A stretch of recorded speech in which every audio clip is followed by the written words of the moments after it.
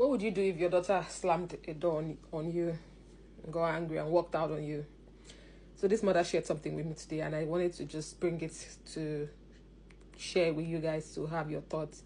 So she's having an argument with her 14-year-old, and it became very intense. They are both yelling and screaming, and then she gets angry. The 14-year-old now gets angry and walks into her room and then slams the door.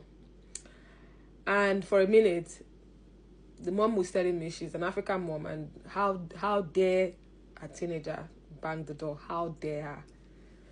That's what she is kind of used to. Why would you walk out? In short, when she said to me when I was growing up, how they not born you well? That's what she said. How can you walk out of your parents when they are yelling at you? Talk more of walking out of them and slamming the door behind them. She just couldn't. She was dumbfounded and obviously wasn't prepared and didn't know what to do. So one minute she wanted to go and storm that door and do the same thing that she's used to. She said she wanted to just go and open that door and like, are you all right? How dare you walk out on me and slam the door? But she just reflected a bit and said, you know what? I'm going to deal with this girl. I'm going to do as if though nothing has happened. So a few minutes later, she said, okay, you know what? Let me just put a note under the door and say something like, look, I'm angry, but you can come out. Everything is fine. I love you. I'm not going to get angry anymore. When you're ready, we can talk about it in a more, calmer way. But she still had something in mind. Now, bear in mind, a lot of times parents don't know how to deal with a lot of outbursts that happens in the home front. And it doesn't mean that you cannot start all over again. But let me just tell the story. So she said she did that, and the daughter thought that everything was fine, and she came out. And guess what? She still showed her shaggy. So I'm just thinking top of my head, because I shared with her that, look, you are just further pushing her away, because first of all, she's angry, she's trusted you, she came out, and now that happened, and obviously you have probably most likely lost her trust. So my question now to you is, if you were in this mother's shoe, what would you do? Would you follow through with your promise as long as you dropped the note? So you're dropping a note to say, look, come on, and then you set a trap. It's kind of like a trap, and then you still follow through with your anger because you were angry, which for me, I believe that it's valid in terms of you being angry. Both of you were angry. There was an outburst, but I reckon that in that situation, both of you are angry. Both of you have got a burst of emotions everywhere, but one person is more emotionally experienced and mature than the other person.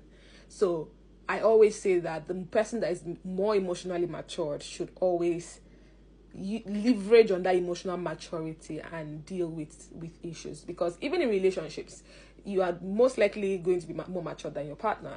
Whoever is more emotionally matured should be the one to leverage on that emotional maturity to deal with issues. It doesn't matter if it's the partner or if it doesn't matter if it is the woman or the man. Whoever's got more emotional intelligence, emotional mastery should handle that issue. And sometimes it might be you, sometimes it might be the other person. But then again, until when you have worked on yourself to get to that level of emotional maturity, we still expect less from you.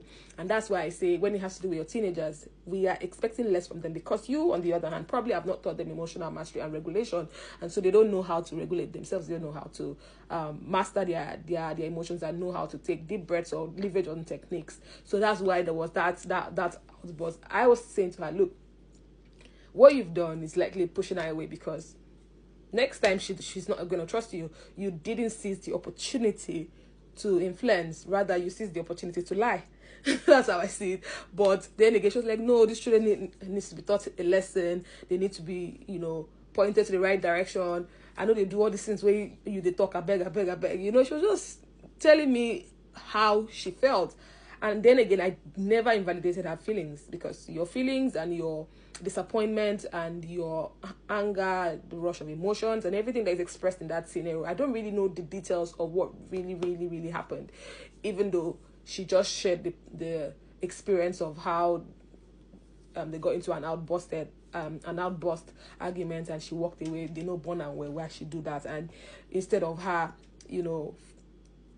following through with her promise, eventually she did not, and she still made sure that she proved to her that she was the mother and not the other way around. So now I'm throwing the question to you. What do you think? For those of you parents who don't know that there are other ways to leverage on, this is me saying that there are other ways to actually leverage on. And I'm throwing the question to you. What would you have done if your 14-year-old daughter, which is quite common with teenagers, your 14-year-old daughter slams the door on you, is angry, screaming and yelling whilst you're also yelling and not listening, and walks out on you and slams the door? I know some of you say they know born and well, but what would you have done in this particular case? Would you have followed through with your promise after sliding a note under the door to tell her that it was fine, she could come out? Do you see that as deceit? Do you see that as not wise? What do you think? I personally think that she was overwhelmed with her emotions so much that she doesn't even know that she was so overwhelmed with it, and followed through with the emotions. And I don't think she paused for once to reflect for a minute to see that, look, this thing I am going to perpetuate or do will actually not really end well. Because right now what is happening is you cannot, I mean, you could do other things. It's not like it's completely dead, it's a dead end, but you could do other things to recover back her trust. But if something like that ever happens again, she's not going to trust you, and you're not going to be able to influence her, you're not going to be able to teach, and you're not going to be able to get her attention, to share your ideas. Not necessarily about sharing your ideas alone, to let her know what the boundaries are in the house, especially if you didn't even have boundaries already. So you're not going to be able to say, look, in this house we don't slam doors, and we're not going to have it. You're not going to have that chance to stand your ground and set that clear-cut boundaries and let them know the consequences when those boundaries don't uphold. You're not going to be able to, you've not solved that problem. You've just, I see it more like bullying.